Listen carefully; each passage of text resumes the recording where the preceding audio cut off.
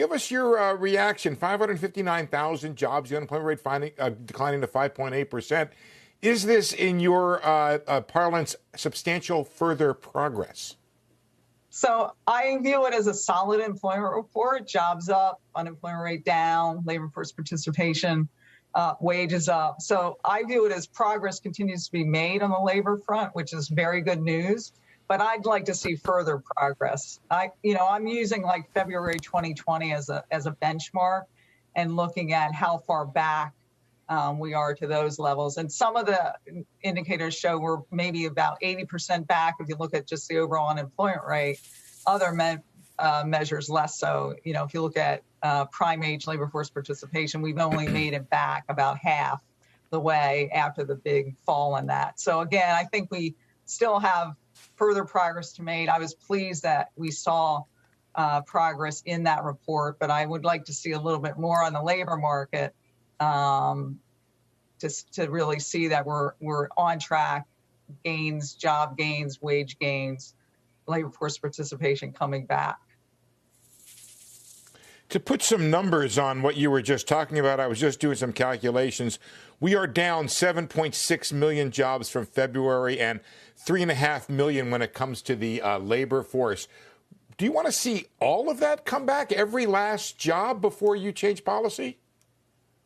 So I'm not looking at it that way. For me, substantial further progress doesn't necessarily mean getting back to all the levels. And there's going to be some that probably won't come back. As you know, the number of people who left the labor force through retirement was higher during this pandemic recession recovery than in previous recession recoveries. And typically, and of course, nothing's typical about this cycle, but typically when people retire, they don't come back into the labor force. So I've been focusing on prime age labor force participation because I'm not sure we'll see the same level of overall labor force participation that we had in February. So again, it depends on what indicator you're looking at.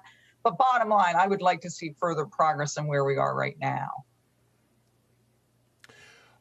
Where do you come down on this issue of just how fast the recovery should be, President Mester?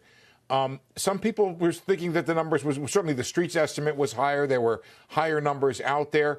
Do you believe that job growth is being constrained at this moment by policy, specifically the issue of unemployment benefits and the extra benefits being paid by the federal government?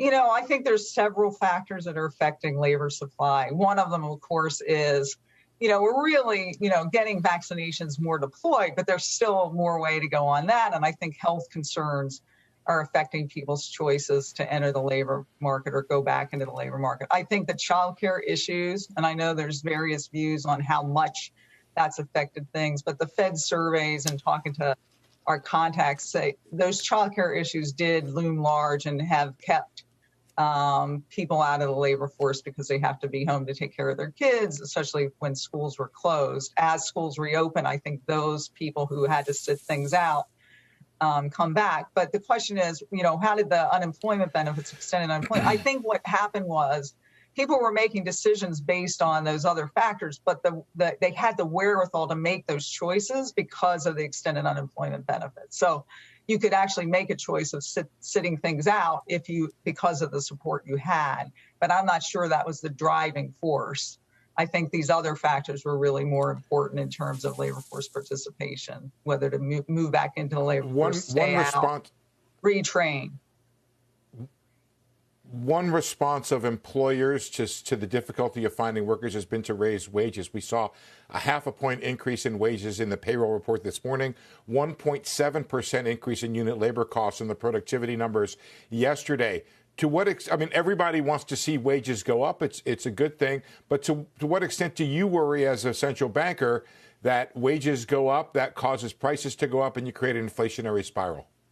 Yeah. So at this point, I don't think we're anywhere near there. I mean, the dynamics in underlying inflation are very different than in the past. And we're just beginning to see some wages go up. I mean, one of our Beige Book contacts told us that, who is a workforce development person, that they're not even taking orders from firms that aren't paying at least $13 an hour because he can't find workers to fill those jobs. So this increase in wages is definitely happening as the supply of workers is constrained. but it's not feeding into underlying inflation yet. And, that's what we're focused on at the Fed. I'm looking at measures like the Cleveland Fed's median CPI measure. It ticked up 1/10, but it's basically at 2%. So those are the kinds of longer run, trend inflation numbers that I look at. I don't think we're in anywhere close to wages going up. It gets embedded in, further price increases. It's something I'm watching because there are mechanisms through which, if prices continue to go up and wages go up, it might feed into inflation expectations.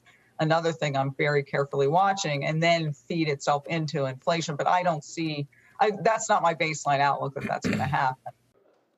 Shepard Smith here. Thanks for watching CNBC on YouTube.